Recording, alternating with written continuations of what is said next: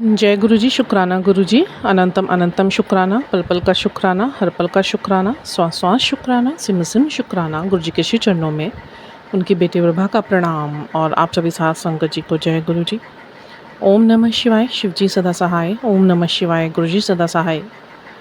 गुरु जी के पवित्र पुनीत चरणों में हम सब लाडलों की यही अरदास, सब सुख होवे, सबका भला होवे, सबके मन में सबके लिए शांति की भावना हो, सबके लिए कल्याण की भावना हो और सब मिलकर विश्व के कल्याण और इस ब्रह्मांड की ऊर्जा को अपनी शुद्ध चेतना द्वारा ईश्वर के कार्यरत सेवा में उच्च उठाने का प्रयास करें।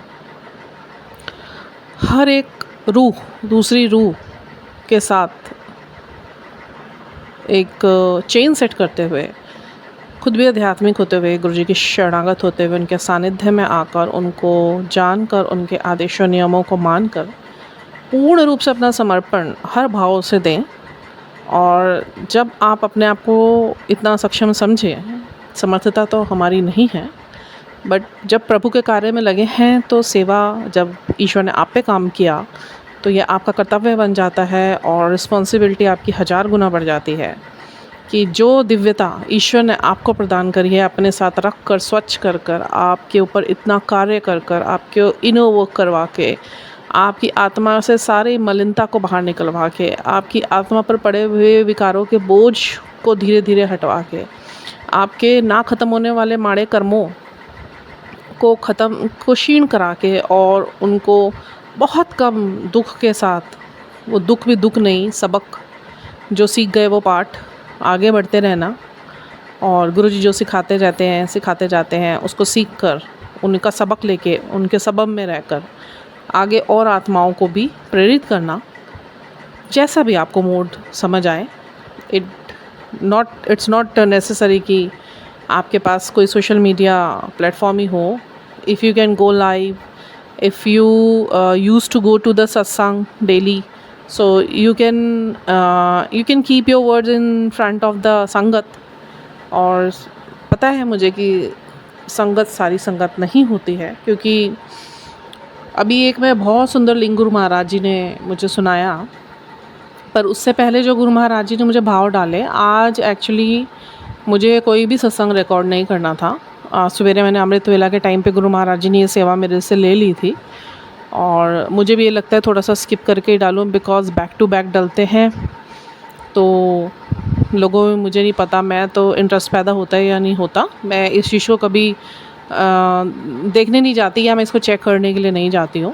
मेरे को ये होता है कि बस पहुँच जाए जिस तक पहुँचना है, और गुरु महाराज जी की जिस पे कृपा होनी होगी, जिसके जीवन में समस्याएं होंगी, जिनका उन सत्संगों तक पहुँचना ज़रूरी होगा, तो वो गुरु महाराज जी की तरह से वे स्वयं ही वहीं तक पहुँचाते हैं, उतने ही संगत तक पहुँचाते हैं। तरह से महाराज जी की बहुत बहुत शुक्राने, आप सबके भी बहुत बहुत शुक्राने।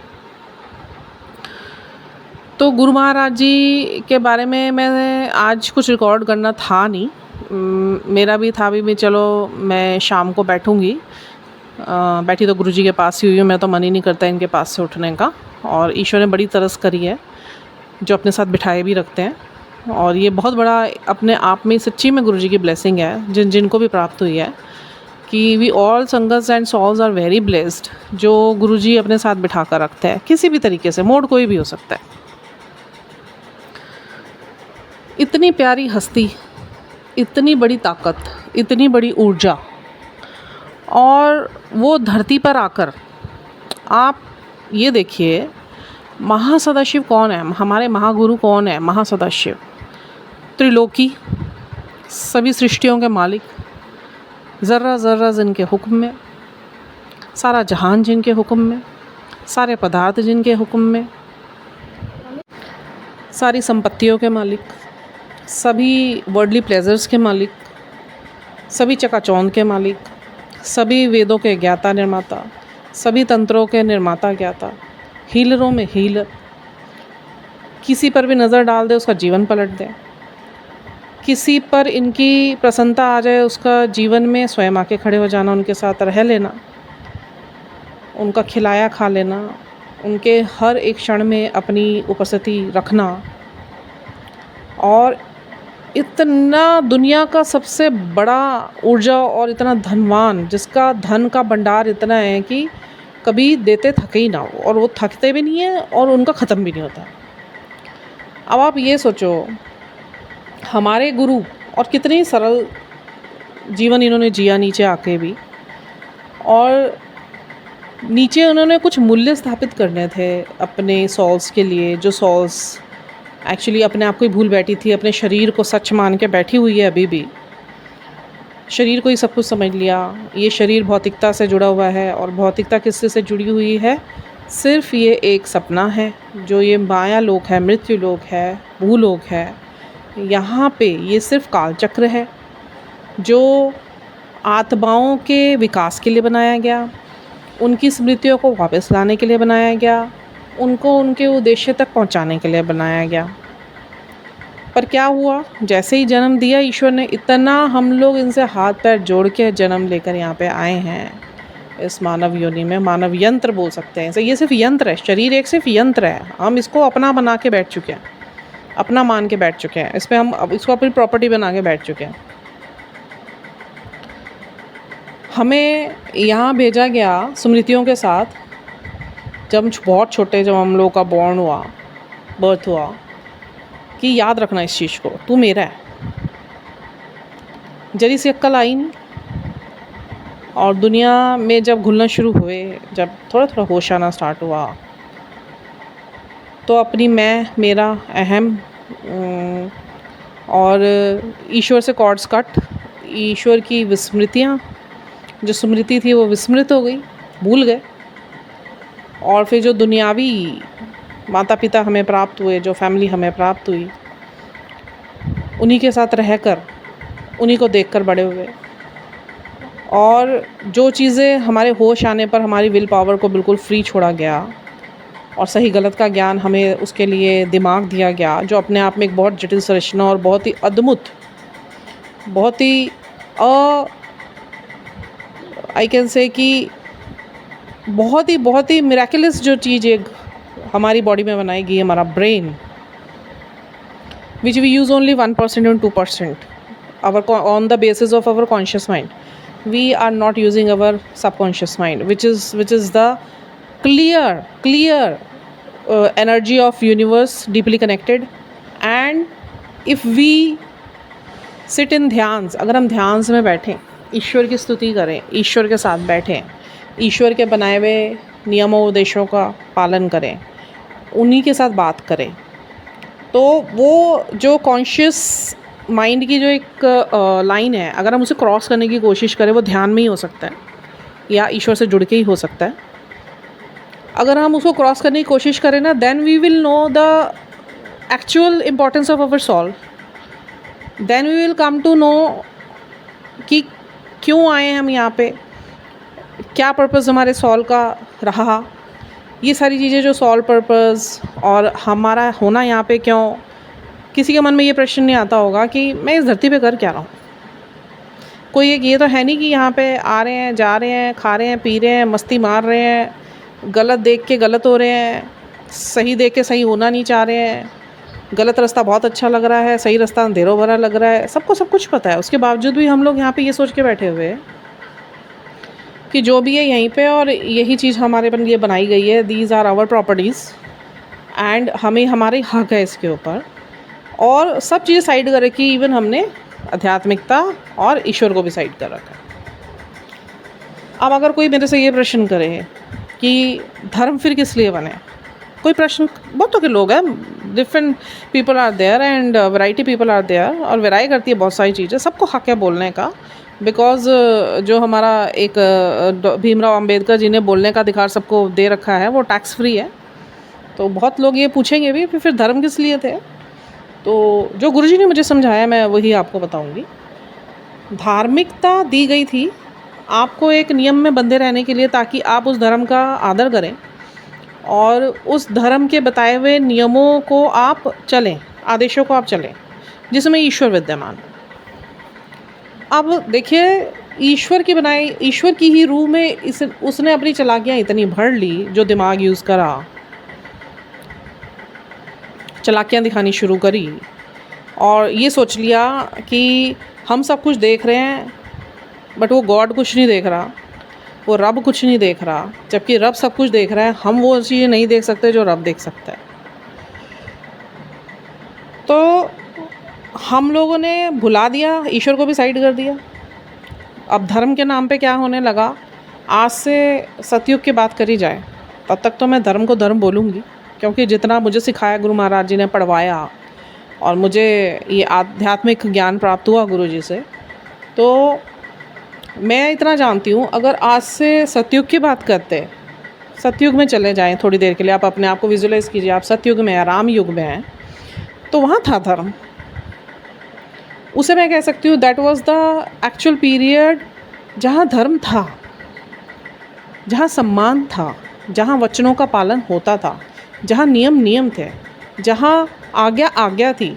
वचनों के लिए राम जी तक जैसे विष्णु अवतार ने 14 साल निकाल दिए, उसके बाद भी उन्हें अपना पारिवारिक सुख प्राप्त ही नहीं हो पाया। उसमें भी उन्होंने इतना सा अंश मात्र भी संदेह नहीं करा, या उनको इतना सा भी गिल्ट नहीं हुई कि मैं राजा और मैं अपनी बीवी के साथ भी नहीं रह पाया, मैं महलों के सुख नहीं भोग पाया, मैं जंगलों में इतना त्रस्त हुआ, मुझे इतने युद्ध लड़ने पड़े, मैं अपने बच्चों के साथ भी नहीं रह पाया, मैं अपनी वाइफ के साथ भी नहीं रह पाया। आप ये सोचो, ईश्वर के विधि, अपने विधि के विधान को नहीं टाल पाया, और उसने सभी वचनों का अपना पालन करा, बिल्कुल मन, कर्म और वचन से। वो था धर्म, दैट वाज धर्म। उसके बाद युग चेंज हुआ और शक्तियाँ चेंज हुई, लोगों के सोचने के तरीके चेंज हुए, क्योंकि नेगेटिविटी और पॉजिटिविटी साथ ही चल रही थी। असुर और देवता एक साथ ही थे, राम युग में भी थे, और असुर और देवताओं का साक्षात युद्ध होता था पृथ्वी पर ही, जिसमें हम ले सकते हैं रावण और राम जी का, कंस और कृष्ण जी का। उसके बाद युग परिवर्तन हुए, त्रेता युग आया, द्वापर युग आया, महाकल युग आया। और आज सवेरे गुरुजी ने मुझे ये चीज़ सुनवाई थी कि हम लोग तो पहले तो अपने स्वरूपों में यहाँ पे विद्यमान भी थे, जैसे विष्णु जी थे वो राम रूप में विद्यमान रहे, और जो विष्णु जी ही कृष्ण रूप में भी विद्यमान रहे, बहुत रूप ही लिए उन्होंने, नरसिंह के लिए और बहुत सारे लिए उन्होंने, वामन रूप में लिया, और राम जी ने राम रूप में भी लिया उन्होंने, है ना। शिव जी ने कितने रूप लिए, हनुमान जी रूप में भी लिए, शिव जी के 19 स्वरूप हैं। आज पता नहीं क्या हुआ, गुरुजी की बड़ी तरस है भाई, बहुत तरस है। अगर अकेले रहना और गुरुजी से ही सीखना और गुरुजी के होके बन जाना, समाज में रह के भी समाज में ना रहना, और ईश्वर के प्रति समर्पण कर देने के बाद अगर आपको सत्यता इतनी ठोस तरीके से मिलती है और इतनी क्लियर मिल रही है ना, मैं तो बहुत शुक्राने महाराज के कि मैं इस गंदगी से रह के भी इस गंदगी से परे करा हुआ है गुरु महाराज जी ने, कि गुरुजी ने हमेशा सिखाया कि कीचड़ में कमल होता है, वो कमल बनो कि कीचड़ से ऊपर होके थोड़े रहो, वो पानी गंदा तुम्हें टच ना कर पाए। तो मैं बैठी हुई थी, यूट्यूब लगा हुआ था एंड्रॉयड टीवी पे, और बेटा कुछ देख रहा था, तो मैंने उसको बोला यार थोड़ा रिमोट देखा, मेरे को ना थोड़ा आध्यात्मिक देखना है कुछ। तो चलते मेरे मन में एकदम गुरुजी ने ना, मतलब एक उसमें रील आया, उसमें था वो महाकालेश्वर, उज्जैन मंदिर का था, महाकालेश्वर मंदिर से संबंधित रहस्यों के बारे में दिखा रहे थे। तो मैंने कहा तू थोड़ी देर कुछ और कर ले, मैं ये देखना चाहती हूँ। मन में गुरुजी ने एक जिज्ञासा पैदा कर दी, क्योंकि अब आध्यात्मिकता बहुत ज़्यादा अंदर से जोर खाती है, और मैं बहुत शांति हूँ, मुझे फ़र्क ही नहीं पड़ता किसी चीज़ का। मेरे आवरण उतार दिए गुरुजी ने, मैल के आवरण सारे उतार दिए, चाहे संबंधों को लेके, चाहे समाज को लेके, चाहे मेरे खुद के मलिन विचारों को, विकारों को लेके। तो अब बहुत जीवन आनंद में लगता है। तो मतलब इसमें बहुत सारी चीज़ें आ जाती है, वो दूसरा मैटर है। गुरुजी ने वो दिखाना शुरू करा, मेरा मन उसमें रमा, मैंने उसे खोला और मैंने देखा, तो बड़ा ज्ञान प्राप्त हुआ कि कैसे शिवलिंग की रचना हुई थी। स्वयंभू शिवलिंग था, और एक बच्चे ने किसी से प्रभावित होकर, छोटे से बच्चे ने प्रभावित होकर जंगल में बैठे, और जिससे प्रभावित होकर बैठे थे उसे तो शिव के दर्शन नहीं हुए। उस बच्चे ने इतने मन, कर्म और वचन से महाराज की शिवलिंग की वो बैठ गए वो शिव का ध्यान करने, और वहाँ पे छोटा शिवलिंग अपने आप ही प्रकट हो गया। महाकाल गुरुजी का रुद्र अवतार है, जो तांडव करे तो सृष्टि नष्ट हो जाए। उसके बाद उनके 19 अवतार बताने लगे। मेरा गुरुजी से उनके अवतारों को लेके एक अवतार से एक्सपीरियंस बहुत ही डीप रहा है मेरे ध्यान में, मेरे विजन्स में, जो गुरुजी ने मुझे दिखाए थे साक्षात। मैं उसकी बात तो नहीं करूँगी, मैं ये नहीं बताऊँगी क्या हुआ था, क्योंकि वो तो बहुत ही मतलब ब्रह्मांडीय बात है और वो ऐसी बात है कि वो साक्षात्कार ही कह लो आप, तो वो मैं नहीं बता सकती। बट हाँ, उनके एक स्वरूप मेरे को तब तक नहीं पता था और वो मेरे सामने एकदम प्रकट हुआ। सुंदर बहुत थे, सुदृढ़, ठीक है। अब वो पहले भी बीच में मेरी जिज्ञासा जगी, वो कौन थे जो ऐसे दिखे मुझे और कौन थे। उस दौरान भी बीच में एक दो बार गुरुजी ने ऐसी रेगुलेशन करी कि मुझे वो दिखाया कि वो कौन थे।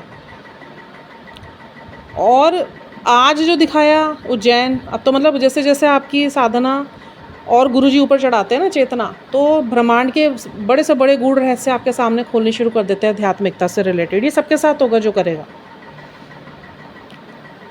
तो उन्होंने जब मैं देख रही थी वो, पहले मैंने वो देखा, उसके बाद मेरे मन में गुरुजी ने भाव डाला मेरे स्वरूपों के बारे में देख। तो मैंने उसमें डाला उसके सर्च में कि शिव के ऑल स्वरूप्स ऑफ शिवा सारे खुलकर आ गए। मुझे नहीं पता था 19 स्वरूप है ईश्वर के, जिसमें से एक नंदी स्वरूप भी है, पीपलाधीश भी है, एक हनुमान जी का भी स्वरूप भी है, और महाकाल का स्वरूप है, काल भैरव का स्वरूप है, और बहुत सारे स्वरूपों के नाम थे उसमें अलग अलग। मैं दोबारा देखूँगी उसे, मुझे देखना है उसे बहुत अच्छे से और मेरे को अंदर बिठाना उस चीज़ को। उसमें से एक स्वरूप आया गुरु महाराज जी का, काल भैरव। अब वो जो उनकी संरचना दिखाई, ओह मेरे रोंगटे खड़े हो गए। मैं कहा सेम सेम बिल्कुल सेम, नील वर्ण और वैसे केश जैसे उसमें दिखाया गया, वो मेरे को गुरु महाराज जी ने दिखाया था। जैसे भी दिखाया था वो मैं नहीं बताऊंगी कैसे दिखाया था। मैं तो धन्य हुई, मैंने गुरुजी के बहुत शुक्राने करे, बहुत शुक्राने करे। और इस बात को हो गए बहुत टाइम हो गया, आज से 1.5-2 साल पहले ये विज़न मुझे दिया था गुरुजी ने। इनकी मर्ज़ी के बगैर हम कोई इनका ड्रीम भी नहीं देख सकता। कोई ये गलतफ़हमी में मत रहना कि बड़े आप सौभाग्यशाली और इनके ड्रीम आपको बार बार आ रहे हैं। गुरुजी के जो ड्रीम्स आते हैं इनकी अपनी मर्ज़ी से आते हैं, और कोई ये मत सोचना कि हम देख रहे हैं, नहीं, हमारी औकात ही नहीं है। ईश्वर के ड्रीम्स हम देख ही नहीं सकते, किसी भी इष्ट के नहीं देख सकते, किसी भी शक्ति के आप ड्रीम नहीं देख सकते। जब तक ऊपर से ब्रह्मांड की शक्तियों की अपनी मर्जी नहीं होगी आप नहीं देख सकते। आपके ड्रीम में भी नहीं आएंगे, आपके ध्यान में भी नहीं आएंगे। तो किसी के ड्रीम में जब बार बार गुरुजी आते हैं, अब जो बातें मेरे मुंह से गुरुजी निकलवाएंगे, मैंने अभी कुछ जो बोलना था भी उस पर तो मैं आई नहीं हूँ। मैंने गुरुजी को बोल दिया था जो बुलवाना है बुलवा लो। बहुत सारे मैसेजेस आज जाएंगे गुरुजी से संबंधित, तो ये अपने आप में सत्संग भी है और अपने आप में गुरुजी से संबंधित बातें भी हैं जो गूढ़, वो ईश्वर ही बुलवाएं। जो नहीं बुलवाना वहीं वाणी रोक दे, मैं ईश्वर से ये प्रार्थना करती हूँ। तो मतलब वो स्वरूप गुरु महाराज जी ने मुझे ब्लेस करा, उससे संबंधित भी बहुत सारी गुरुजी ने मुझे बताया था क्यों। और जैसे जैसे आध्यात्मिकता ऊपर चेतना पे गई तब पता चला कि वो स्वरूप मुझे गुरु महाराज जी ने क्यों दिखाया था। बिल्कुल स्पष्ट स्वरूप देखा है मैंने काल भैरव जी का, स्पष्ट कैसे दिखते हैं, किस रंग के, कैसे केश है उनके, कैसे फीचर्स हैं, सब बिल्कुल क्लियर दिखाया था गुरुजी ने। आज जब वो देखा मन में इतनी शांति, और क्योंकि अब तो शांति वैसे भी है, इतनी जद्दोजहद के बाद, इतना बड़ा पीरियड निकालने के बाद, इतनी छटपटाहट के बाद, इतने पेन्स और अपने कर्म देखने के बाद, और गुरुजी ने एक एक भाव कैसे सधवा रहे हैं, वो शांत रहना सिखाया, क्रोध नियंत्रण सिखाया, किसी भी चीज़ से मोह ख़त्म रखना है, आसक्ति नहीं रखनी, लिप्त नहीं होना, यहाँ की चीज़ें यहीं रह जाएंगी, ये तुम्हारा फोकस नहीं है, तुम्हारा फोकस यहाँ से अपने कर्म सुधार के आगे जाना है। और वो सिर्फ बोलने की बातें नहीं हैं, ये एक एक चीज़ अपने आप में हज़ारों चीज़ें समेटी हुई हैं, और हम हैं मलिनता के भरे हुए। ये हमारे लिए अगर क्रोध को नियंत्रण करना सिर्फ एक वाक्य नहीं है, क्रोध को नियंत्रण करना या अपनी इच्छाओं को नियंत्रण करना या अपने को संकुचित कर लेना या जिस चीज़ के लिए मना कर दिया जाए, किसी के पास जाने के लिए मना कर दिया जाए ईश्वर द्वारा। लिप्त लोग हैं हम लोग, और बहुत मुश्किल होती है चीज़ों को छुड़ाने के लिए कि आपको शायद अपनी स्किन अपने से अलग करनी है, मतलब आपको अपनी केचुली उतारनी है। जब सांप अपनी केचुली उतारता है ना, इतना पेन होता है उसे, इतना पेन होता है नई केचुली के लिए, नए वर्जन के लिए बेइंतहा पेन होता है। और जो बाज होता है ना, बाज वो कुछ सालों बाद उसकी ज़िंदगी बड़ी छोटी होती है। अगर उसको अपनी ज़िंदगी लंबी जीनी होती है तो कुछ सालों बाद वो सबसे ऊँचे पर्वत पे जाता है और अपनी चोंच को पत्थरों पे मारता है, अपने नाखूनों को खुद ही खींचता है नाखूनों को लिटरली, चोट मार मार के लहूलुहान हो जाता है दर्द से पीड़ित, ताकि उसका जो है नए नाखून आए, नई चोंच आए, पर खींचता है अपने। आप सोचो, हमें तो फिर भी ईश्वर ने कितना सरल जीवन दे रखा है, जिसमें सिर्फ हमें इनका ध्यान करने मात्र से और इनको ही अपने अंदर बसा लेने से हमारी सारी दुविधाएं ख़त्म हो जाएंगी, हमारे कष्ट ख़त्म होंगे, हमारे आगे की जो परलोक की यात्रा है, लोक परलोक की, वो सफल होगी, हमारे लेखे साफ़ होंगे। तो हमें जो ये गरुड़ पुराण में मैंने पढ़ा, गरुड़ पुराण शुरू का 1-2 अध्याय अभी शुरू ही करे थे, तो 1-2 अध्याय में ही इतना भयावह दृश्य दिखाया गया। 16 तो लोक पार करने पड़ते हैं, पहले आत्मा को लेके जाया जाता है और उबरतनी नदी होती है, उसके बाद परलोक होते हैं, टेस्टिंग्स होती हैं सॉल्स की।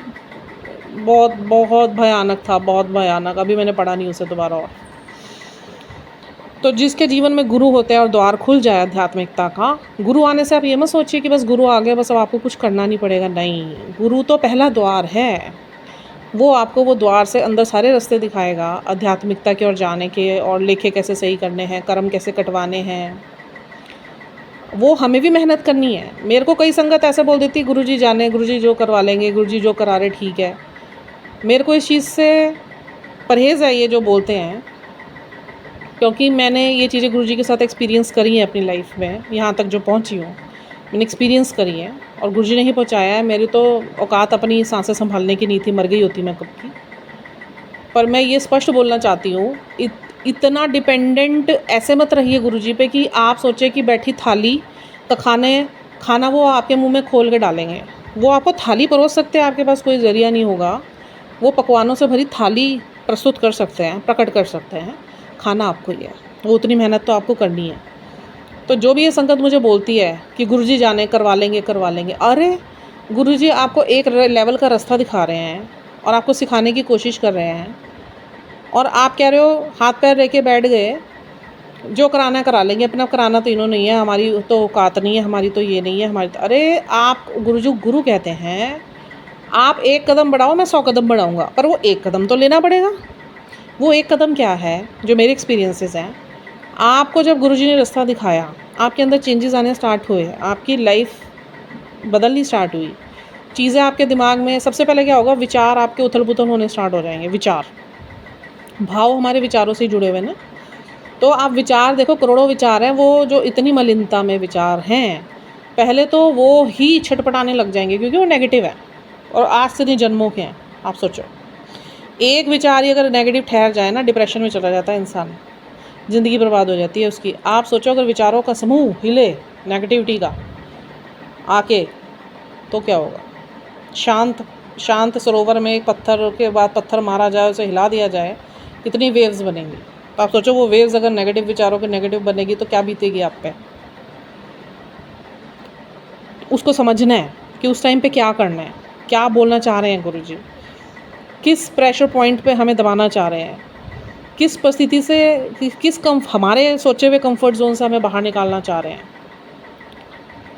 क्यों नहीं वो हमें यहाँ रुकने दे चाह रहे, क्यों? क्योंकि वो परिस्थिति आपके लिए नहीं बनी है।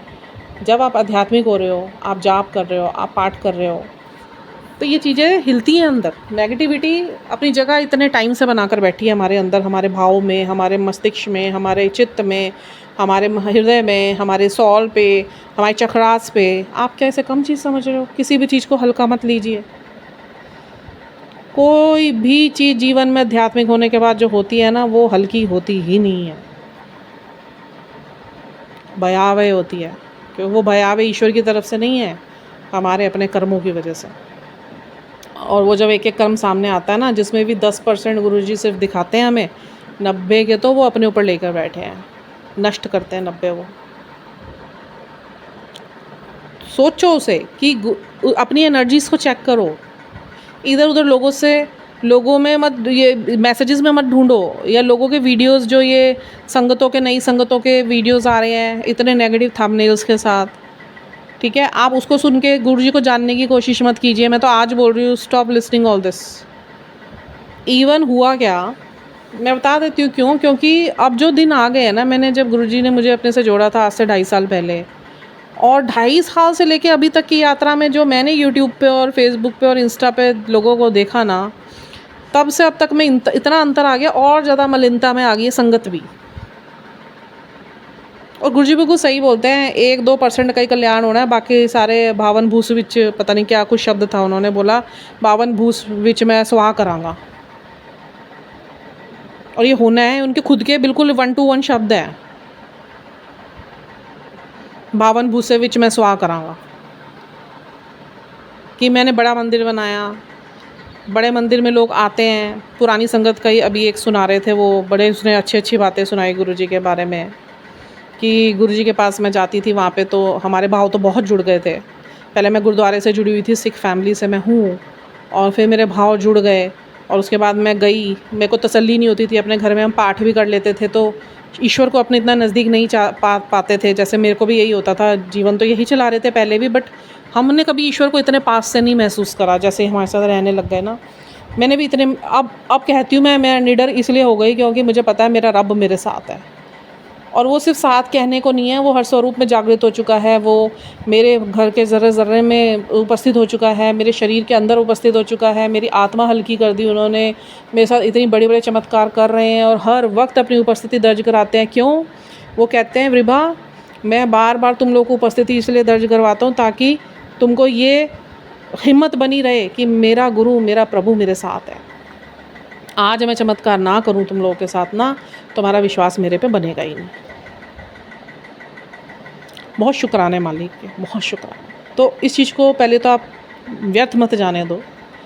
और वो आंटी भी बहुत अच्छी बातें बता के गई, मेरे को तो बहुत अच्छा लगा। मतलब ऐसे लगता है जब आंख बंद करके ऐसे सत्संग सुनो ना, तो गुरुजी दिखना शुरू हो जाते हैं, मतलब उनकी जो निराकार रूप है ना, उसकी रोशनी दिखनी शुरू हो जाती है। ऐसे साक्षात्कार करा देता है कोई कोई तो। और उन्होंने ये बोला कि मैं जब इनके पास जाना शुरू हुई और मेरा जीवन चेंज होना शुरू हुआ, इनसे मेरी लिव जुड़ गई, मेरा प्यार जुड़ा लिया इन्होंने अपने से। अब मेरे घर में मैंने तो मानना शुरू कर दिया था, मेरी मदर नहीं मानते थे, वो बहुत बोलते थे गुरुजी के लिए। तो एक बार हम बड़े मंदिर गए, तो मैं तो अंदर चली गई, तो बाहर से मैं अंदर आई तो गुरुजी के पास में बैठी हुई थी। मैं कहा गुरुजी कुछ है ऐसा जिसको ना अंदर नहीं आने दिया जा रहा, क्यों हो रहा है वो ऐसे, कि उनको क्यों मना करा जा रहा है। तो गुरुजी हंसने लग गए, कहते इत्थे ना मेरी मर्जी बगैर कोई कदम भी नहीं रख सकता, जो नेगेटिविटी तो बिल्कुल भी कदम नहीं रख सकती। कहते मैं समझी नहीं उस टाइम पे क्या बोले गुरुजी। फिर मैंने गुरुजी से पूछा, गुरुजी नहीं बाहर कोई खड़ा है, उसको अंदर नहीं आने दिया जा रहा। फिर गुरुजी हंसे कि मैं तेनों कहा ना कि मेरी मर्जी के बगैर जेड़ियां दे इंटेंशनस रॉन्ग होने हैं वो इत्थे नहीं पैर रख सकता, क्योंकि गुरुजी को तो एक एक का पता है, एक एक। आप देखो कई लोग तो जाके भी नहीं होके आ पाते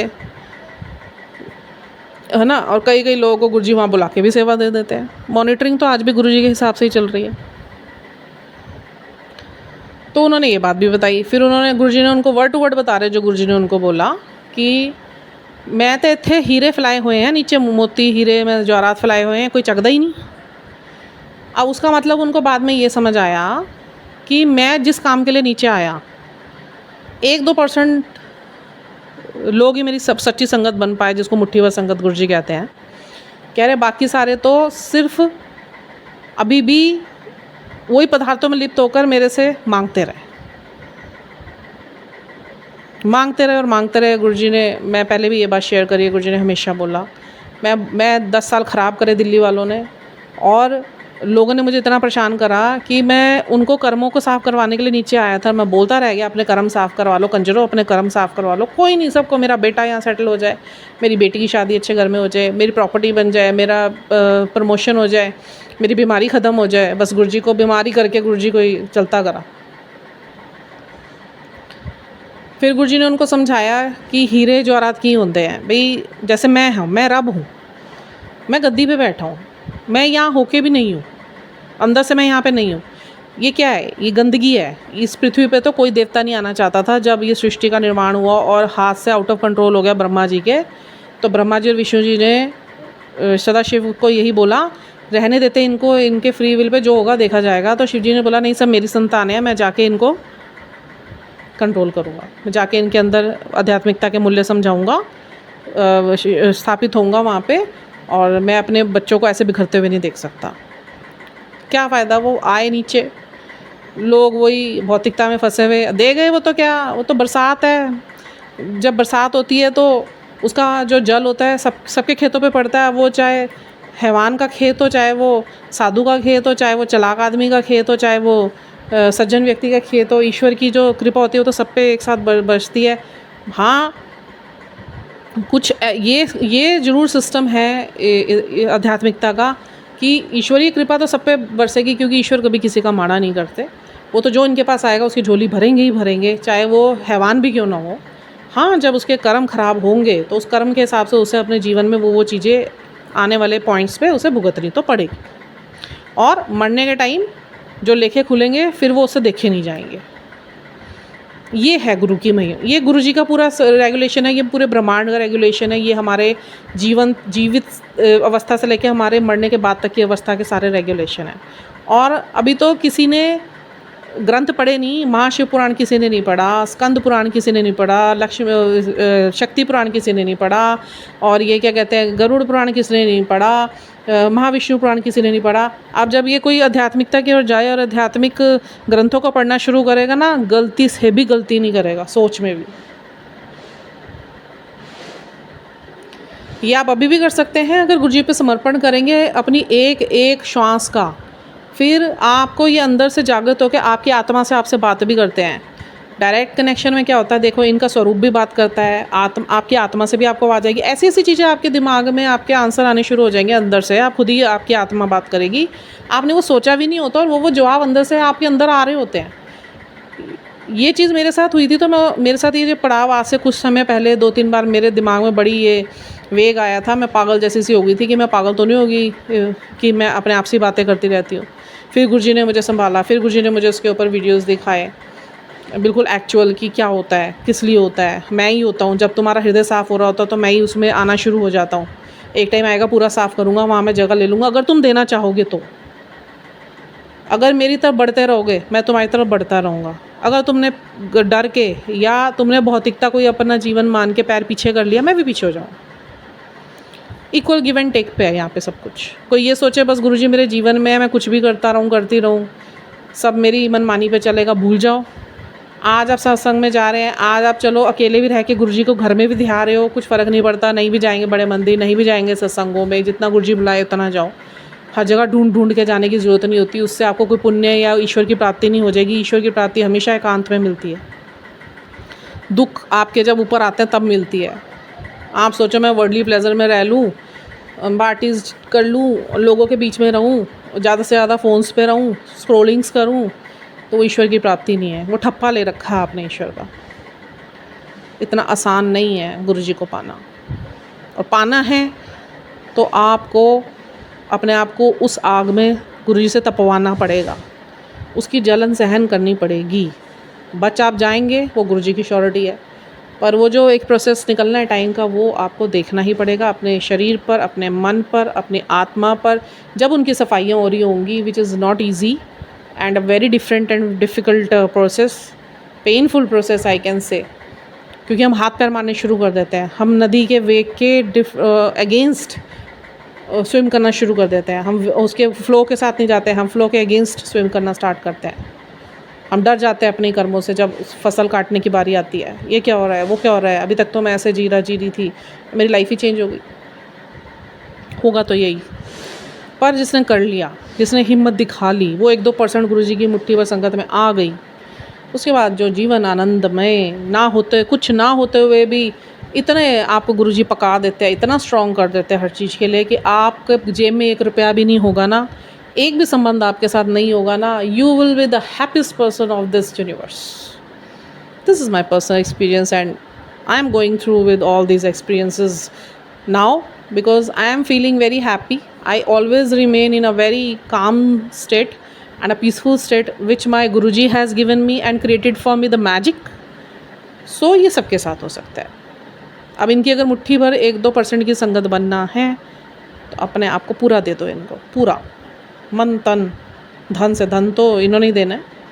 अब धन के लिए उन्होंने, गुरुजी ने क्या बोला कि कदे भी ना दौलत शोहरत दे नाम ते पिछे ना भज्जो, सिर्फ गुरु दे नाल जुड़ो, थोड़ी यात्रा उन्हें नहीं पूरी करानी है। कि रहो इन्हां दे विच रहो, बट इसको अपनी ज़िंदगी मत बनाओ। जैसे गुरुजी ने अपने लिए बोला, मैं यहाँ होकर भी नहीं हूँ क्योंकि ये गंदगी है, मुझे इन चीज़ों से कुछ ही लेना देना। लोग आत्माएं भी मलिन हो चुकी हैं, संसार भी मलिन हो चुका है, पदार्थ भी मलिन हो चुके हैं, धरती मलिन कर दी लोगों ने। तो कौन आता है यहाँ पे? वो हमारे सदाशिव आए, जो कंठ में सबसे विशाला विष लिए बैठे हैं। दुनिया की सबसे ख़राब चीज़ें इन्होंने ले रखी है अपने पास। बाकी सारे देवता बहुत ऐशोआराम में रहते हैं, इन्होंने क्या शिला पे रहते हैं, बागंबर धारण किया हुआ है, त्रिशूलधारी हैं, डमरू है इनके पास, आँख का फूल इनको बहुत पसंद है, वो जो भांग और वो फल होता है जो वो आँख का फ्रूट होता है ना, वो और वो बेलपत्र और जल। इतना सरल इन्होंने सब चीज़ें बहुत ही ऐसी ले रखी हैं कि जो कोई ले भी ना। और पूरे ब्रह्मांड के स्वामी इन्हीं से ही सारे स्वरूप उपजे हैं। और शक्ति यही है सबसे बड़ी, माँ जगदम्बा और ये शिव शक्ति, उसके बाद सब स्वरूप उपजे हैं। तो हमने तो सबको तो जो हैं मेरे लिए तो मेरे भगवान यही है। मैं सबको नमन करती हूँ, बट मेरा सारा ध्यान इन्हीं पे ही है। मेरा ध्यान नहीं जाता कहीं और, मेरा ध्यान इन्हीं पे जाता है। मुझे और किसी से कुछ नहीं लेना देना, सबको नमन है, सबको रिस्पेक्ट है, बट मेरे लिए ये सर्वोपरि है। तो मतलब जो सबसे बड़े ब्रह्मांड के स्वामी, जो सबसे ज़्यादा ऐशोआराम में रह सकते थे, उन्होंने ही सबसे ज़्यादा जीवन ऐसा कठिन अपना ले रखा। क्यों? हमें सिखाने के लिए कि सब कुछ भी हो ना, अपने आप को उन चीज़ों से अलग रखो। अटैचमेंट, ये क्या कहते हैं, अय्याशियाँ, मोह और अलिप्त हो जाना, और लोगों से अपेक्षाएं रखना किसी भी चीज़ की, अपने डिज़ायर्स को बढ़ाते चले रहना। पैसा जितना मर्जी आ जाए, पैसे से हमेशा अंदर एक दूरी बना के रखो, जितना मर्जी पैसा आ जाए लाइफ में। और महासदाशिव जिसके जीवन में आते हैं ना, सब कुछ ख़त्म कर देते हैं। उसका फाइनेंस, उसका सोशल, उसका कम्युनिटी, उसके फैमिली, सब ख़त्म कर देते हैं, ज़ीरो पे लाके खड़ा कर देते हैं। वो पॉइंट और वो प्रेशर, वो जो पॉइंट होता है ना, वो इतनी आसानी से नहीं आता कि इनके आते ही सब कुछ ख़त्म हो जाता है। धीरे धीरे जाएगा सब कुछ। और आप एक टाइम पे ऐसे खड़े हो जाओगे, हुआ क्या मेरे साथ? कुछ भी नहीं है मेरे पास, खर्चने को पैसा नहीं है, परिस्थितियाँ ठीक करने के लिए स्थितियाँ नहीं हैं, लोग मेरे से दूर हो गए, परिवार दूर हो गया, मैं जाऊँ तो जाऊँ कहाँ? फिर भी हम सहारे ढूंढते हैं। ये बेवकूफ़ाना हरकत करते हैं हम ये नहीं देखते हमारे साथ स्वयं महाशिव सदाशिव जब हमारे जीवन में पैर रखेंगे, वो हमारे सबसे पहले हमें तोड़ेंगे, क्योंकि अहम से भरे हुए हैं हम, वहमों से भरे हुए हैं हम लोग लोगों से बहुत ज़्यादा अपेक्षाएं रखते हैं, हम बहुत ज़्यादा उन पे डिपेंडेंट है। खुद की आत्मा की शक्ति को ही भूले बैठे हम। कितनी बड़ी शक्ति से निकल के कितनी बड़ी शक्ति हैं। अपनी आत्मा में काम ना करके हम लोगों के बीच में सहारे ढूंढते हैं। ईश्वर पे हम विश्वास नहीं करते, लोगों पे विश्वास करते हैं जिन्होंने हमेशा धोखा ही देना है, जो खुद धोखे के भरे हुए हैं। तो जब ये तुम्हारे जीवन में पैर रखेंगे ना, ये सब कुछ जीरो कर देंगे। खर्चने के लिए 1 रुपया जेब में नहीं होगा। पर अगर जिन्होंने इन पे विश्वास कर लिया उस टाइम पे कि ईश्वर ने मेरा हाथ पकड़ लिया, खर्चा भी कहीं नहीं रोकेंगे, काम भी सारे होंगे, सिखा देंगे अच्छे से, बहुत अच्छे से हाथ पकड़ के सिखा देंगे। लाखों रुपया, करोड़ों रुपया तेरे को दे रहा हूँ, तो उन्हें 1 रुपये के ऊपर भी घमंड नहीं करना, तेरा कुछ नहीं है। मैं दे सकता हूँ तो मैं मिनट के अंदर ले भी सकता हूँ। राजा को रंग को राजा बनाने में मुझे 2 मिनट भी नहीं लगेंगे। जिसको ये घमंड हो जाए कि मैं शक्तियाँ मुझे मेरी मेहनत से प्राप्त हुई है, आज मैं ये कहने लग जाऊँ, मैं ही बेवकूफ़ी में आ जाऊँ, और जो मुझे सब सत्य पता है कि गुरुजी ने मुझे क्या क्या दिया मुझे पता है, मैं बताया नहीं है, अभी हुक्म नहीं है मुझे, तो मैं ये बोलने लग जाऊँ मेरे साथ तो ये हो गया, मेरे साथ तो वो हो गया, मेरे को ये मिल गया, मैं चाहूँ ये कर दूँ। जो दे सकता है वो ले लेगा। अरे जो देखिए, सबसे बड़ा एग्जाम्पल गुरुजी ने ये मेरे को कैसे सिद्ध करा था। आज से 1.5-2 साल पहले जब मेरे को गुरुजी ने विजन्स देने स्टार्ट करे थे, तो मेरे को बड़ी जिज्ञासा थी महाकलयुग में मेरे साथ क्या हो रहा है, मतलब मुझे ऐसे कैसे दर्शन हो रहे हैं। मैंने बताना शुरू कर दिया, 2 4 5 को मैंने संगतों में बोलना शुरू कर दिया जो मेरी नॉन थी। गुरुजी ने देखा भाई मैसेज मैं इसको दे रहा हूँ, और ये तो मतलब अभी एकदम जैसे कहते हैं ना, नया कुछ आया पागल हो जाते हैं। तो गुरुजी ने मेरे क्या करा, गुरुजी ने मेरे 3 दिन ना ऐसे निकाले, मैं ध्यान में बैठ रही हूँ, मुझे कुछ नज़र ही नहीं आ रहा। इवन मेरी लिव भी नहीं जुड़ रही, मेरा ध्यान भी नहीं लग रहा।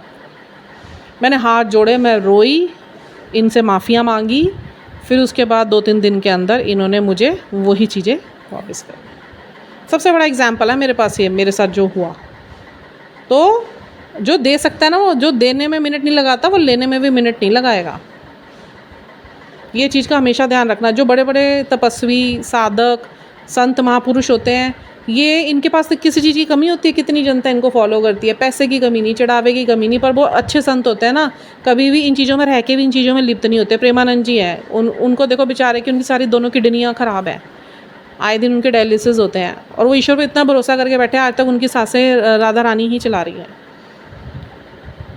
अपना कर्म पूरा कर रहे हैं वो, कि मेरे को जो ईश्वर ने मेरे को कर्म दिया है, मुझे वो करके जाना है यहाँ पे, कि उन्होंने मुझे इतना ही संभाल लिया और मुझे रुतबा भी दिया, पैसा भी दिया, मेरे को शयन भी दिया, मुझे संभाला भी हुआ है। तो ये इन्हीं की देन है, सब सांसें इन्हीं की दी हुई हैं, ये शरीर इनका दिया हुआ है, सब कुछ इनका दिया हुआ है। तो देने वाले के दिए हुए पे हम घमंड नहीं कर सकते। मैं तो अपने आप को मृत मानती हूँ, अगर मेरे पास ये ना हो तो कुछ नहीं है मेरे पास, मेरे को कुछ नहीं आता। आज ये मेरे पास से हट जाए, मैं ज़ीरो हूँ। ये हैं तो मेरे अंदर इनकी रोशनी बोलती है, बस मेरे में तो कुछ है ही नहीं। और इस चीज़ का घमंड तो दुनिया में जिस दिन लाए उस दिन मेरी सांसें बंद हो जाए। मैं तो गुरु जी को बोल चुकी हूँ, गुरु जी मुझे कुछ भी बोलने से मना करते हैं, वो जानते हैं पता नहीं क्यों। मुझे कहते हो तू ना किसी का बुरा बोलना, ना खुशी में कुछ कहना, ना कुछ तू बद्दुआ देना, सब बंद। मेरे तो अब होता ही नहीं मन में, मुझे तो सबके लिए, मुझे पता है जब सारी आत्माएं एक ही है, जब गुरु जी ने बहुत अच्छे से समझा दिया, सिर्फ उनके विकार बोलते हैं, आप माफ़ कर दो सबको, क्योंकि सब तुम्हारी ही तो लाइट है, ये तुम्हारी ही है। तुम मेरे से निकले, मेरे से तुमसे दूसरी लाइट, तीसरी लाइट, चौथी लाइट, तो जब सब हम एक ही अंश है, ईश्वर एक है, सब एक है। वो उस आंटी जी भी बता रही थी, कह रही गुरु जी ने मुझे ड्रीम में गुरु नानक देव जी के दर्शन करवाए, तो उन्हीं के मुख से उन्होंने मुझे शब्द बोले, ईश्वर एक है, सब एक है। आप सोलो ईश्वर आके ये बोल रहे हो। मेरे साथ भी गुरु जी ध्यान में यही लीलाएं करते हैं।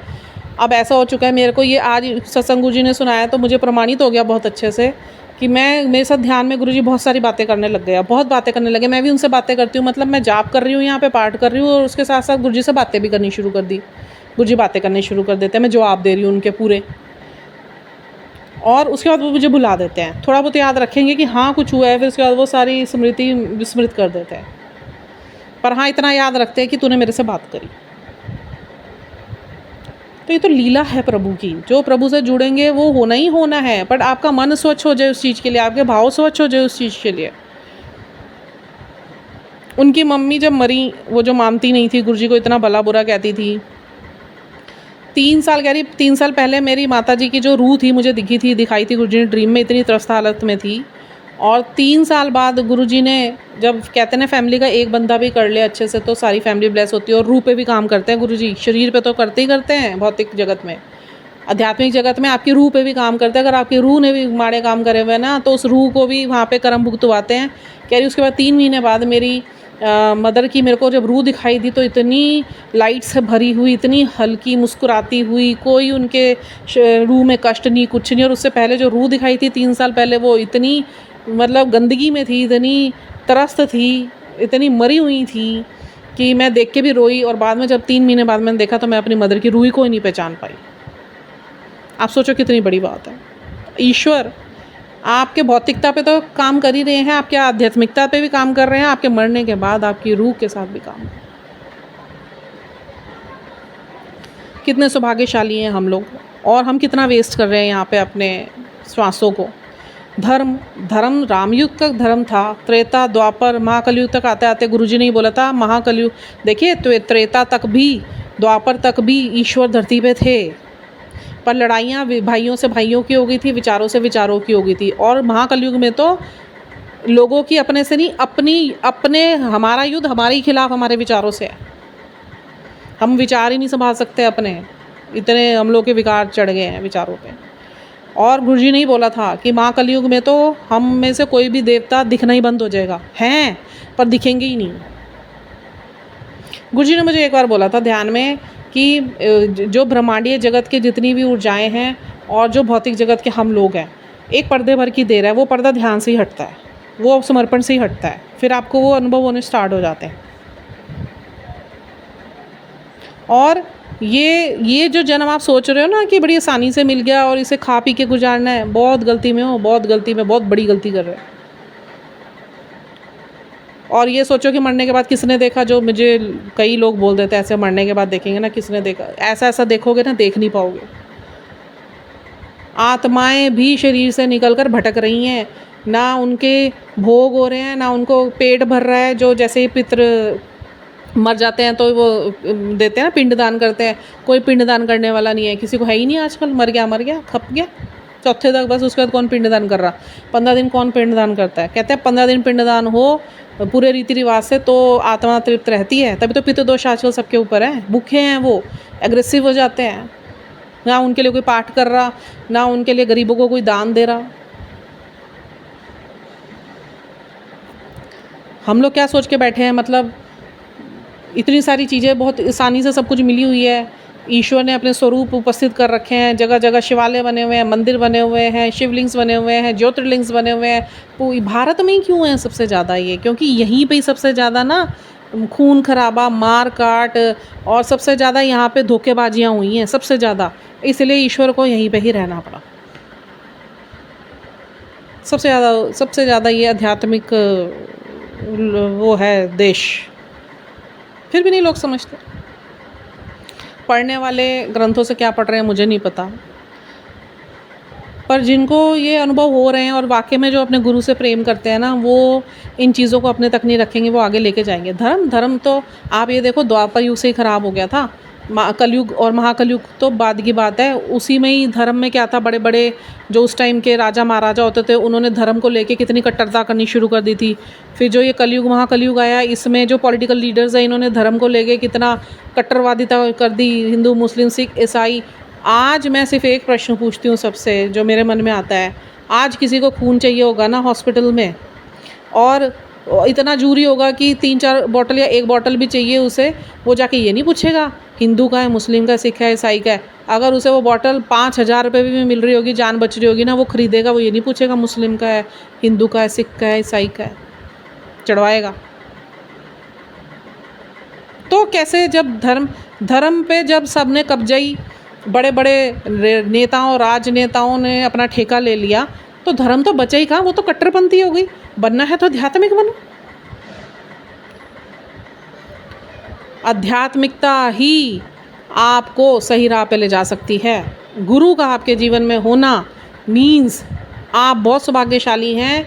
पता नहीं कितनी जद्दोजहद के बाद एक ये मौका मिला है, 50 साल का, 60 साल का, उसमें भी पता नहीं सब ने गवा दी अपनी श्वासें, जो श्वासों की माला मिली, इतनी बड़ी अमृत माला, उसको गवा दिया।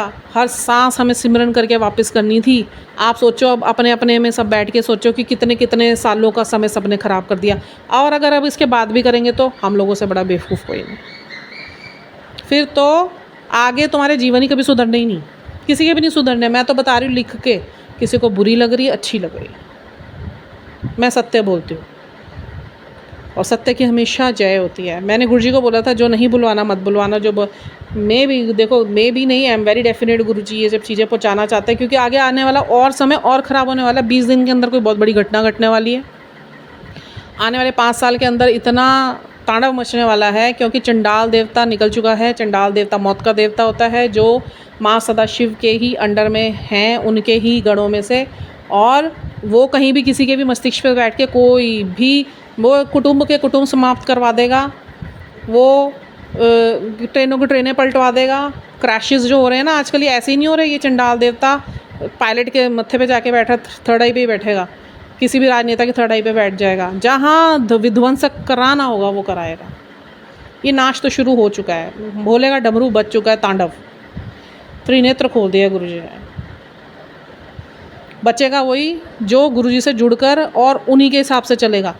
जो अपनी मारेगा ना, वो संगत, तो वो शब्द मुझे आ नहीं रहा याद, मैं उसका भी निकालती हूँ, वो कहाँ लिखा हुआ था देखती हूँ मैं, कि भाव भूसे पता नहीं कुछ ऐसे लिखा हुआ था, उसमें सबको मैं झोंक दूँगा। ईश्वर ने अगर हाथ खींचा ना, जो ये अभी थोड़ी देर पहले ही एक पुरानी ओल्ड संगत को गुरुजी ने ड्रीम में बोला था कि जितनी भी ये संगत है ना, अपना बोलबाला करवा रही है। ठीक है, मेरे सामने भी आए थे, मेरे को भी किसी ने बताया था, मैं नाम नहीं लूँगी, तो उन्होंने बताया था भी ऐसे लोगों को बीच में लोग ये बोल रहे हैं मेरे पर गुरुजी आते हैं, मेरे ऊपर शक्ति आती है, और उनको तवज्जो देके उनको स्पेशली सत्संगों में बुलाकर आगे बिठाया जा रहा है। संगत किसी ऐसी संगत को बुला लेती है और उसको इम्पोर्टेंस देना स्टार्ट कर देती है। सारी संगत एक है, भले ही उसको गुरुजी की प्राप्ति हो गई, गृहस्थ में शिव की प्राप्ति हो गई, वो ये सोच के कभी ना जाए कि मैं I am very important person, अपने आप को सबसे नीचा करके सबसे कोने में बैठे, कभी ना बताए मेरे पास क्या है। उसे ये ज्ञात रहना चाहिए मेरी औकात सिर्फ इतनी है कि मैं अपनी मर्ज़ी से सांस भी नहीं ले सकता, उसके बाद जो दिया है वो सारी ईश्वर की व्यवस्था है, हमारे पे तरस है। जितना ईश्वर दे उतना झुक जाओ। एक फलदार वृक्ष होता है ना, जब तक फल नहीं होता वो खड़ा रहता है, जितने फल उस पर उगते रहते हैं वो उतना झुकता रहता है नीचे। ईश्वर ने मुझे यही सिखाया बस, और यही सबको सीखना है। बस ईश्वर नदर करे कि इस परीक्षा में ना डाले कि बार बार ली है गुरुजी ने, बहुत परीक्षा ली है मेरी, तो हर सब्र की परीक्षा ली है उन्होंने कि अगर आज पैसा ख़त्म भी कर दिया, मेरे पास जीरो कर दिया, तो भी जब मैं थोड़ी टाइम के लिए सोची अब कैसे करूँ, तो गुरुजी के यही मैसेज आते थे, तेरे को ले पैसे दे कोई कमी नहीं, त्रिलोकी दा स्वामी तेरा बाप है। तो मन में ये भी मैं सोचती भी नहीं हूँ, मैं मन में मुझे पता सुन लेंगे वो, और कहीं कभी भी नहीं आने दे रहे। जो करना वो पूरा हो रहा है। जब उन्हें पता है इसकी ज़रूरत है वो उतना दे देते हैं, जब उन्हें पता है इसकी नहीं होते हुए भी ये काम मैं कहीं और से पूरा करवा दूंगा वो करवा देते हैं। फिर चिंता किस चीज़ की है? जब जीना हमारी मर्ज़ी से पूछ के नहीं हुआ, मरना हमारी मर्ज़ी से नहीं, तो बीच की तो सारी ईश्वर की व्यवस्था है। चिंता करनी किस चीज़ की है? आप दो ना इनको समर्पण। तो वो आंटी ने आज बहुत अच्छा भाई बहुत ही सुंदर सुनाया, और वाकई में जो मेरे साथ हो रहा था गुरुजी ने अभी तक मुझे बिल्कुल स्पष्ट नहीं करा था, पर कुछ चीज़ें थी जो मेरे मन में भी रहती थी। मैं बोलती नहीं हूँ, अंदर से भी नहीं बोलती। अब मेरे को तो इतना अंदर अब प्योर कर दिया गुरुजी ने कि किसी के लिए कुछ गलत भी नहीं मन में लाती मैं। पहले आता था तो वही गुरुजी मेरी परीक्षा ले लेते थे, कर करके गुरुजी ने इतना परिपक्व कर दिया है, इतना स्ट्रॉन्ग कर दिया है कि अब मन के अंदर से भी ये भाव लाने का भी मन नहीं करता कि सोचना ही नहीं है कुछ ऐसा। सिर्फ ईश्वर का नाम लो, अपने घर की सेवा करो, गुरु की सेवा करो, सबको जागृत करने की कोशिश करो, ईश्वर से जोड़ने की कोशिश करो, नीवे होके रहो, औकात में रहो, कहीं जाओ अपनी वडियाइयाँ मत करो। हमारी कोई औकात है नहीं। और संगतों ने इतनी भ्रांतियाँ फैला रखी। मेरे को शाव्या ने ही एक वीडियो भेजा था, और शाव्या भी बहुत जुड़ रही है ईश्वर से, मैं देख पा रही हूँ बड़ी प्योरिटी से। उन्होंने एक मेरे को वीडियो भेजा था जिसमें एक सिंगर थी गुरुजी के टाइम की, और वो भी निकल कर आ गई। उन्होंने भी कमी नहीं कहीं पे छोड़ी। बातें तो उन्होंने बहुत बड़ी बड़ी करी गुरुजी के ऊपर कि भ्रम में मत पड़ो, ये मत करो, वो मत करो, शायद वर्षा नहीं होती है, लोग ऐसे ही डाल देते हैं एआई के थ्रू। मेरे को जब इन्होंने सुनाई, मेरे को तो चीज़ें रेजोनेट नहीं हुई, और मेरे को इनके एनर्जीज़ बहुत डिस्टर्ब लगी कि लोग आ रहे भी मैं भी अपने आप को फेमस कर लूँ।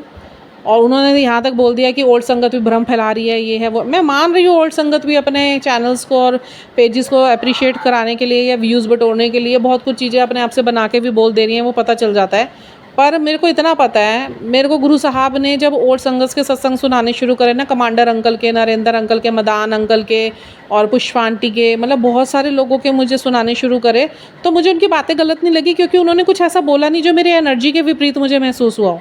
हमेशा अपनी एनर्जी चेक करो, गुरुजी के साथ क्या चल रही है, उससे संबंधित जो आपके पास मैसेजेस या वीडियोस आते हैं उनको आप रेजोनेट करने की कोशिश किया करो। हर चीज़ को सत्य मत मानिए। और डायरेक्ट कनेक्शन का मतलब ये होता है कि जब आप ईश्वर से ही पूछेंगे ना, ईश्वर किसी ना किसी रूप में जवाब देंगे, चाहे ध्यान में देंगे, चाहे आभास डालेंगे, चाहे अंतरात्मा से बोलेंगे, चाहे कोई वीडियो दिखा देंगे, और वो स्पष्ट और बिल्कुल क्लियर दिखाएंगे, पवित्र। बहुत ज़्यादा देखो स्क्रॉलिंग में मत अपने आप को इन्वॉल्व करिए, क्योंकि नेगेटिविटी क्रिएट होती है। ये भी गुरुजी ने मुझे बताया था, बहुत ज़्यादा स्क्रॉलिंग मत किया करो, तुम नेगेटिविटी विच आ जाओगे। मंगया ना करो मेरे तो, ये मनता ना मंगया करो, जब मन दो भी मैं कराऊंगा तो फिर कराया करो। तो ये सब चीज़ें हैं। धार्मिक मत बनिए, आध्यात्मिक बनिए। बहुत समय ख़राब आ रहा है आगे, अभी नहीं समझ आएगा ना किसी को, अगर मेरी बातें भी ये लग रही है कि मैं ऐसी बातें बना रही हूँ, तो आने वाला समय अपने आप बताएगा। समय बहुत बलवान होता है, वो तो किसी को नहीं छोड़ेगा। तो ये तो हम पे डिपेंड करता है कि हमें उनकी प्यारी मुट्ठी भर संगत में आना है, या हमें वो भाव भूसा में झोंकेंगे, यही प्यार करेंगे, यही हाथ पीछे खींचेंगे। तो वो आंटी कह रही थी, जो अपनी अपनी बल्ले बल्ले कराते फिरते हैं ना सेवादार, और कई संगत है कि मैं बस मेरी पूछो, और कईयों को तो सातवें आसमान पे बिठा के भगवान ही बना के बिठा रहे हैं सत्संगों में। तो बहुत जल्दी गुरुजी अगर गुरुजी ने एक बार इनका पल्ला छोड़ दिया ना, ये इनको कोई भी पल्ला नहीं पकड़ाएगा अपना। स्पष्ट बोला है गुरुजी ने, स्पष्ट।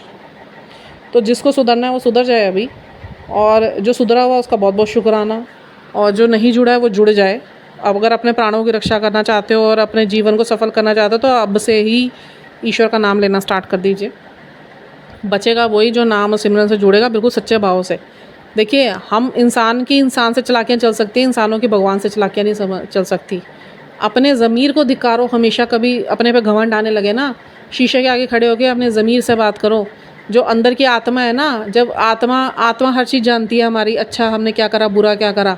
जब आत्मा से बात होगी ना आपकी, हम शर्मिंदगी में आ जाएंगे अगर हम झूठ बोलेंगे हमने कुछ गलत किया होगा। हम अपनी ज़मीर से धोखा नहीं दे सकते, हम ईश्वर को धोखा नहीं दे सकते कभी भी। ये दो चीज़ों को हम कभी धोखा नहीं दे सकते। तो डिपेंड करता है आप लोगों के ऊपर भी। मैं तो यही चाहती हूँ जो सारी सोल्स हैं वो एक हो जाएं, आध्यात्मिक हो जाएं, शांति में आ जाएं, सिमरन में आ जाए, पाठ करें। गुरुजी ने तो इतना बड़ा जागृत पाठ दिया है जो अपने आप में ही कवच है, सबसे भयंकर वाला कवच है ये। भयंकर कवच जिसने जप लिया ओम नमः शिवाय, शिव जी सदा सहाय। और सिमरन से जुड़ जाइए, शब्द वाणियों से जुड़ जाइए। बहुत कुछ बोल गई थी वो आंटी कि हम तो नहीं कह रहे कि सिंगर ख़राब है, ये है वो। अरे मैंने खुद सुना गुरुजी के वचनों में कि ये जो मैंने ही शब्दवाणियों पे जोर डाला है, और कीर्तन व्याख्या वाले ज़्यादा सुना करो, उसमें तुम्हारी लाइफ के सारे सवालों के जवाब है। गुरबाणी से जुड़ो, गुरु ग्रंथ साहिब जी की बाणियों से जुड़ो, वो सुनो ज़्यादा से ज़्यादा। ये नए सिंगर क्या है, ये तो अपना बाजार गर्म कर रहे हैं। ठीक है, गुरुजी इनको दे रहे हैं, आपको ये सोचे कि इनके पास भी तो गुरुजी की महिमा मैंने क्या बोला, बारिश होगी तो सबके ऊपर ही होगी ना। अब उसमें कौन सही है कोई गलत, ईश्वर नहीं देखता, वो तो कृपा बरसाएगा, सबके ऊपर बरसाएगा। कर्म बोलेंगे, ये बात समझ लो। आज कर्म नहीं बख्शेगा किसी को। वो जब हमारे लेखे खोलेगा ना धर्मराज, वो धर्मराज के अंदर बिल्कुल दया नहीं है, वो नहीं बख्शेगा। चंडाल देवता के अंदर बिल्कुल दया नहीं है, वो बख्शेगा ही नहीं। उनको नहीं करुणामय बनाया गया। ये ईश्वर हम पे तरस करे बैठे हैं। बट गुरुजी ने भी अब बोल दिया कि जो पैर पीछे करेगा मैं भी पीछे कर लूँगा, जो मेरी तरफ आएगा मैं उसकी तरफ जाऊँगा। तो अब मर्जी हम लोगों की है, सोचना हमें है। ईश्वर ने तो सारे सत्य हमारे सामने ला के खड़े कर दिया। उस चीज़ से कम उस चीज़ का तो डर अपने अंदर बनाइए। गुरु का डर मत बनाइए। गुरुजी कहते हैं गुरु नाल प्यार किया जाता, उन्होंने ना डरा नहीं जाता। मेरे गुरुजी ने डर गुरुजी से बात करते हुए भी निकाले हैं कि मैं सोचती थी मैं कुछ गलत बोलूँगी फिर परीक्षा हो जाएगी। वो गुरुजी ने मेरा बड़े इम्तिहान लिए और इम्तिहान ले के ही पकाया है। भले ही मैं छटपटाई, हाथ पैर मारे, मैं परेशान हुई, मैं दुखी हुई, मैं ज़मीन पे लेट गई, मैं रो ली, पिट ली, दीवार पे सिर मार लिया, नहीं, जब तक सीखेगी नहीं मैं नहीं छोड़ूंगा। और समर्पण नहीं छोड़ा। बस ये गुरुजी ने तरस करी कि मेरे से ना समर्पण ले लिया, मेरे से मेरी हिम्मत नहीं खोने दी गुरुजी ने, मेरी उनके प्रति प्रेम नहीं खोने दिया गुरुजी ने। वो जो एक लगाव लगा के रखा ना, कि सारी दुनिया से लगाव हटा के इन्होंने अपने से लगवा लिया ना। दुनिया की जब शक्लें दिखानी शुरू करी और हिम्मत दी कि जिस चीज़ को छोड़ने को बोल रहा हूँ, जिस व्यक्ति को छोड़ने को बोल रहा हूँ, छोड़ दे, भले ही तेरी माँ क्यों ना हो, मैं अपने आप ठीक करूँगा आने वाले समय में। वो विश्वास जब मैंने इन पे करा ना, तो वाकई में वो चीज़ें काम कर रही हैं। भाई मेरे अपने एक्सपीरियंसेस हैं, मैं हवा में कोई बात नहीं करती। तो अभी के लिए इतना ही। सब लोग हंसते रहिए, बसते रहिए, खुश रहिए, निहाल रहिए, तंदुरुस्त रहिए, चढ़ती कला विच रहिए, आध्यात्मिक बनिए। धार्मिकता नहीं, धार्मिकता में बहुत खोट आ चुका है। और सबसे बड़ा एग्जाम्पल है ना, मैंने बोला कि अगर आपको आज खून चढ़ाना होगा ना, आप नहीं देखने जाओगे धर्म क्या है। और हम ये भी नहीं कह रहे कि आप हर चीज़ में घुस जाओ, अकेले रहो, गुरुजी के साथ रहो, अपने परिवार की सेवा करो, ईश्वर का उस्तत करो, बस। बाहरी दुनिया को बाहर रहने दो, किसी को खुश मत करो, अपनी आत्मा को खुश करो, अपनी आत्मा को पहचानो, अपनी आत्मा पे काम करो, अपने सेल्फ लव पे आओ, ट्रू सेल्फ पे आओ, अपनी सेल्फ ग्रोथ ले लो गुरुजी से कि यहाँ पे रह के हम अपने कर्मों को साफ़ कर सकें और दुनिया से जाएँ तो अच्छे अच्छे छापे छोड़कर जाएँ, और अपने हिस्से के जो कर्म है वो की ज़मीन को हम साफ़ करके जाएँ, उस कमरे को हम साफ़ करके जाएँ कि जो भी पीछे आत्मा है उसको इतनी कोशिशें उसकी कम हो जाएँ कि उसके कर्म कटने बहुत आसान हो जाए, क्योंकि उसके पास वो सब सामग्री उपलब्ध हो जो हमें गुरुजी सिखा रहे हैं। और हम अगर आगे देते रहेंगे तो वो जब चीज़ें उनके सामने लिखी और पढ़ी हुई होंगी तो वो पहले इस चीज़ के लिए सजग हो जाएंगे और वो उस चीज़ को बहुत आसानी से कर पाएंगे। राम युग तो आना ही आना है, सत्ययुग बहुत जल्दी आने वाला है, क्योंकि महाकलयुग जाएगा, सत्ययुग आएगा, दो युगों की टक्कर होने वाली है। बॉम्बे पूरा ख़त्म होने वाला है। जो ये बॉम्बे में इतनी गंदगी है ना, इतनी गंदगी। और मैंने गुरुजी को बोला था ये फिल्म इंडस्ट्री और ये क्या कहते हैं, ये जितने राजनेता, इन्होंने सबसे ज़्यादा गंदगी देश में फैला रखी है गुरुजी। वल्गैरिटी हो चुकी है, मेरा तो मन नहीं करता देखने का, मैं कुछ नहीं देखती ये सब चीज़ें। तो देख लो गुरुजी ने मेरे को क्या दिखाया कि बॉम्बे आने वाले टाइम में जो समुद्र की लहरें छोटी छोटी उठती है ना, अब वो सुनामी के तौर पे उठेंगी। बड़ी से बड़ी बिल्डिंग, बड़े से बड़ा नेता, बड़े से बड़ा राजनेता, फिल्म इंडस्ट्री, फिल्मी वाले सब जाएंगे, सब मरेंगे, बॉम्बे पूरा ख़त्म होगा पूरा। और दिल्ली का जो गुरुजी का मंदिर है वो शिवलिंग छोड़ के बाकी सारा रेत होगा। और आने वाले समय में वर्ल्ड का सबसे बड़ा मंदिर ये बनेगा और सबसे शक्तिशाली मंदिर ये बनेगा। ये गुरुजी के वचन हैं और ये होना ही है। तो जय गुरुजी, हर हर महादेव।